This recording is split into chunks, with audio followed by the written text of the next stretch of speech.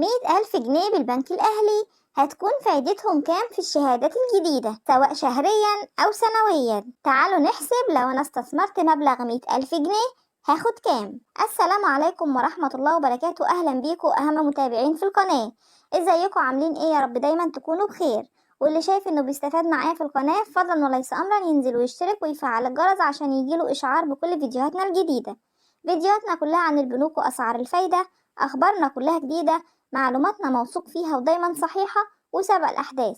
وما تنسوش اللايك للفيديو أجمل متابعين. الفيديو ده هنحسب فيه 100,000 جنيه فايدتهم كام في شهادات البنك الأهلي الجديدة. البنك الأهلي بعد رفع أسعار الفايدة أصدر مجموعة شهادات بعوائد مختلفة وبدوريات صرف مختلفة. ولو أنا حبيت أربط شهادة في البنك الأهلي بقيمة 100,000 جنيه، أول شهادة معانا هي شهادة بعائد سنوي لمدة 3 سنوات. السنة الأولى العائد فيها بيكون 30%، والسنة التانية 25%، أما السنة التالتة فالعائد بيوصل ل20%. يبقى أول سنة هضرب 100,000 جنيه في 30% هحصل على 30,000 جنيه، والعام التاني 100,000 جنيه في 25% هحصل على 25,000 جنيه، أما العام التالت فهنضرب 100,000 جنيه في 20% هحصل على 20,000 جنيه.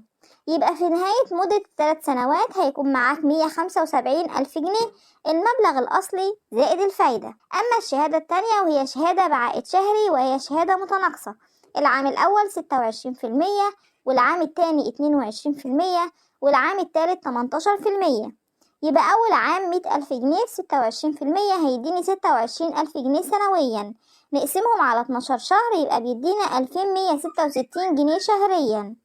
أما تاني عام 100,000 جنيه في 22% يبقى بيديني 22,000 جنيه سنويا، ولما أقسمهم على 12 شهر هيديني شهريا 1833 جنيه. أما العام التالت 100,000 جنيه في 18% يبقى 18,000 جنيه سنويا، على 12 شهر يبقى أنا هحصل شهري على 1500 جنيه. كما تم إصدار شهادة بديل لشهادة 19% بعائد 21.5%، وبيصرف العائد شهري.